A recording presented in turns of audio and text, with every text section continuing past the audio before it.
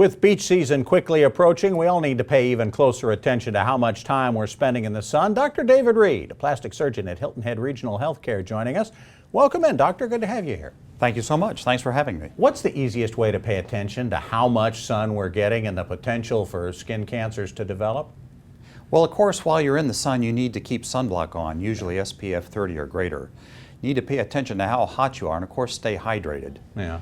And if things are too hot, they probably are. 30, though, is probably the minimum number that folks should be thinking of when it comes to sunblock? Yeah, usually for definitive sun protection, 30 or greater is the way to go. Okay. How can a bad sunburn cause skin cancer?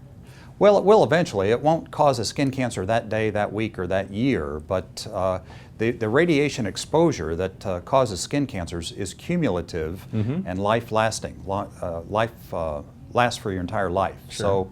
So it won't cause skin cancer right away, but it will probably decades later in a number of people. Okay. Well, now, what does skin cancer look like? Well, there's a few varieties. The most common is basal cell, and shortly thereafter is squamous cell. And those two can appear as a non-healing wound, a little scab or crust, something that just doesn't heal within a month's time. Okay. Those warrant examination by your physician or your dermatologist. Absolutely. Where do we usually get skin cancers? Where does it show up? It's most common on the face and neck, but it can occur on any skin, anywhere on the body. Okay. What are a couple simple ways to help prevent it, besides obviously sunblock?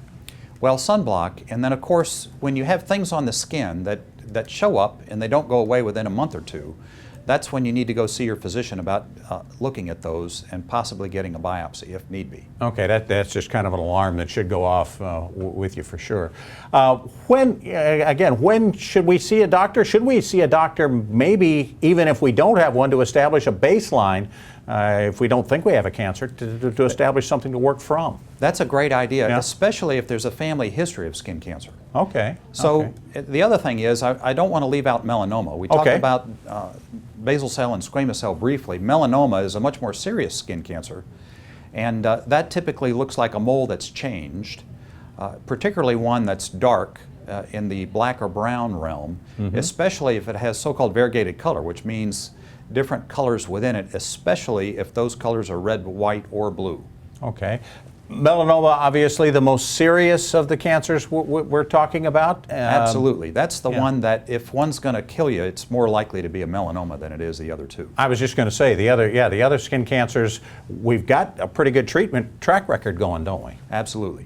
Yeah, all right. Well, thanks so much for clearing up some misperceptions and providing us with a little guide for summer sun worship. Dr. David Reid, plastic surgeon at Hilton Head Regional Healthcare.